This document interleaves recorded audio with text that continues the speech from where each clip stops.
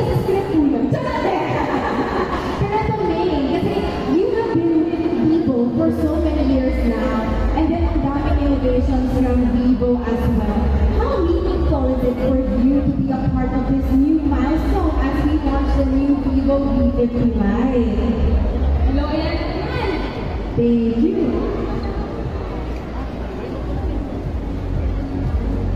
Ayan, natin natin sa likod. Ay, biglang may pasok pa. Okay. Upo na lang tayo. Maraming. Hindi ka tayo nag-checkahan. Talk show na nga.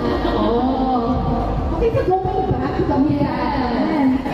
You have been with Vivo already for so many years. Talaga tumatak ka rin sa akin as the face of Vivo. I know talaga, it gives me comfort knowing that I'm powered down from day to night, even on a single charge. And kung kailangan ko mag-recharge it takes Not even an hour to do that, to power up, diba? Sobrang bilis lang, as in, wala pa isang oras, fully charge na agad. So, ako sobrang kampante ako when I will maybe go to the dati dito sa gitna. Sige.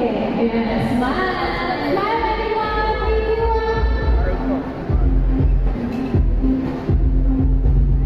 Hey! Welcome to this anthem naman. Tagtag na lang po. guys, dito tayo kapag sino na promise na makita niyo yung mga mukha niyo. I swear, i-upload tayo to after the program.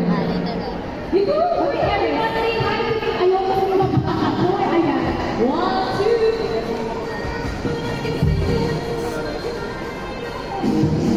Kasi baka malagyan na ako sa stage.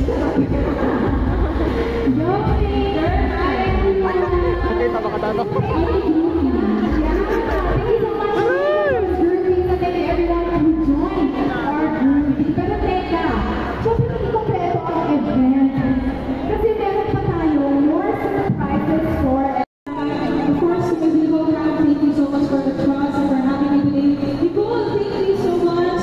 At pati sa mga supporters ko, maraming salamat po for celebrating with us here at the launch of the Vivo V50 Lite. Alam niyo, sobrang nakakatawa makita yung supporter niyo sa Vivo, and it makes me even prouder to be a Vivo ambassador. And alam niyo lahat, if you're looking for a sign to get a new smartphone, this is it. Nandito ang mga booths. Please feel free to walk around and explore